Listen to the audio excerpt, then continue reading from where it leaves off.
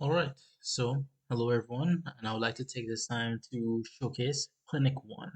So, Clinic One is a piece of custom software that I've built, a custom website that I've built for my second client, for me being a software developer, whereby I've been developing applications personally, professionally, and for businesses alike. And this is for Belmar's Health Services through Dr. Jefferson Belmar, which is a general practitioner who is a general practitioner here in Grenada. So before I begin this demo, I'd like to preface that this is the testing version of the site, whereby there's no private or confidential data that shall be showcased, all dummy and test data, just for the sake of presentation and to showcase the usage of this piece of custom code here. So Clinic One, I have a little summary of what Clinic One is. It is an EMR system, an electronic medical record system, and it has the ability to for patient records with profile pictures, document uploads, medical visits, prescriptions, invoices and payments. I have staff management and role-based access, analytics dashboard, and a staff delete audit trails, which I'll showcase after. The technology stack of this custom website is built through Replit, which uses the front end of React and TypeScript for fast and responsive, so its speed and responsiveness, and the backend uses Node.js and Express. For the database that handles everything, is using Post, I don't know how to say that really, PostGRE, PostGRE SQL, which is professional grade and it is HIPAA capable.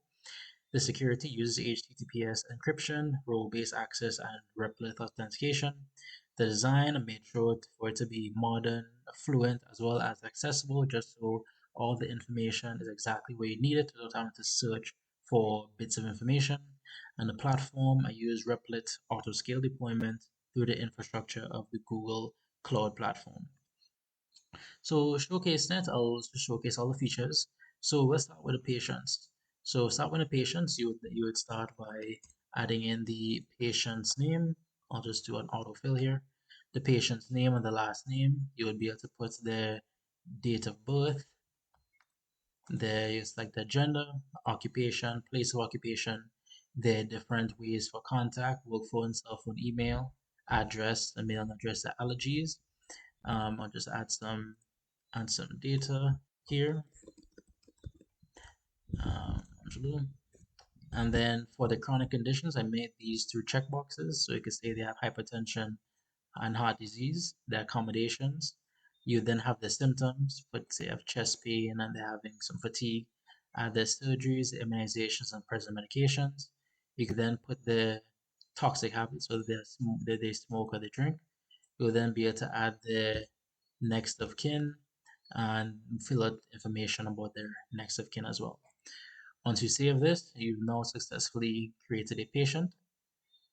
This was the one I did before, created a patient. And this is how the patient profile looks. You can upload a picture of the patient. You'll be able to calculate their age, is calculated to change the date of birth. So if I change it from 1961 to 1982, and I save that, you'll see their age goes from 64 to 43. And then here you can see what I meant by saying having all the data be accessible from just entering into the patient profile. You'll see all their visits, prescriptions, the documents, and the invoices. So I'll delete the first Sean I ever created just to be able to access all the files or all the entries are going to go to this Sean. Let's go into visits. So going into visits, we'll be able to select a patient. You can put there the time of the visit, chief complaint, history of a chief complaint, add in all their vitals, their diagnosis, their notes, and what services recommended. After that, you can then have a prescription. For the prescription, you would actually be able to enter the patient name, select the visit, add the medication name, dosage, frequency, duration. You'll then have the alternative medicine as well. Going into the invoices. With the invoices, you have the ability to also add the ability to print invoices as well as edit them and delete them from here. So say for this person here, Bob Ferguson, or actually let's go with Bob Ferguson. I want to download his invoice. and then it's going to look like this.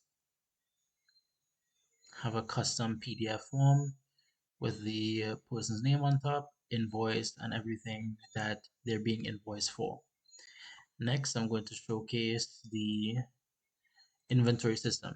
So I have an inventory system whereby for the invoices, you can add what kind of maybe medication or any tests or any form of medical supplies are utilized in the visit. So you can be able to add it in there into the invoice.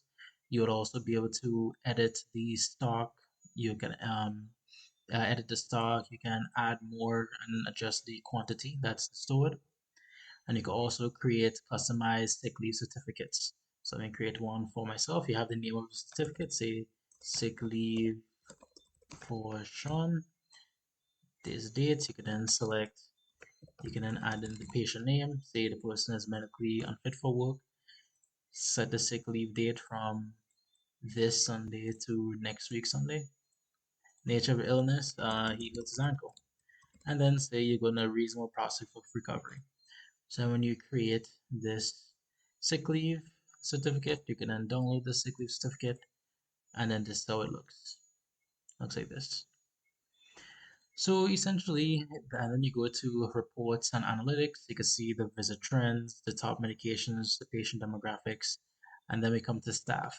So this is where the rule-based access works. So if I go to, I believe I have it somewhere else. The way how the staffing works at admins control everything on the site.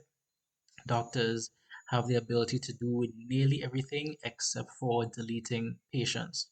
Receptionists have access for creating patients, not creating patients for patient, no, creating patient profiles and visits.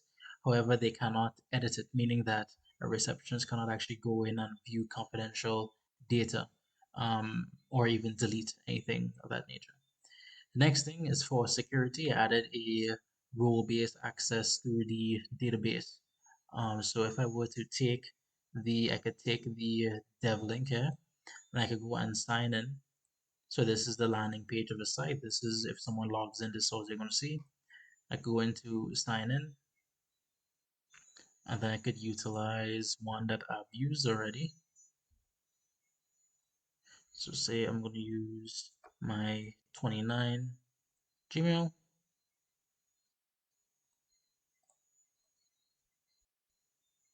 What's going to happen is once they log into Replit, they're going to be greeted with this message.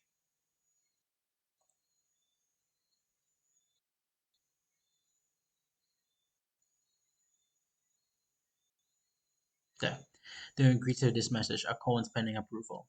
So this limits the ability for anyone to just see the URL and take it and try to sign in, because inside of the database has all the different things for both the development database and the production build.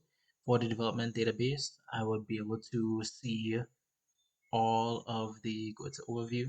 I can see everything that's happening. I can see the inventory and all the invoices. I can see the sessions of the user sessions, and I can see the users. So the reason why that didn't work, whereby someone could just see the URL and try to sign in, is because this field across it is approved. And once it's not approved, they actually would not be able to get past this screen and actually get into the system. So that's a showcase of Clinic One. It is a site that I'm very proud of and built for my second client. And this is just a showcase of the abilities of using Replit and using databases, as well as ensuring to be as well as the ability to output different things. So you could output the prescriptions, you can output invoices, and you could output sick leaves as well. So that has been a showcase of Clinic One.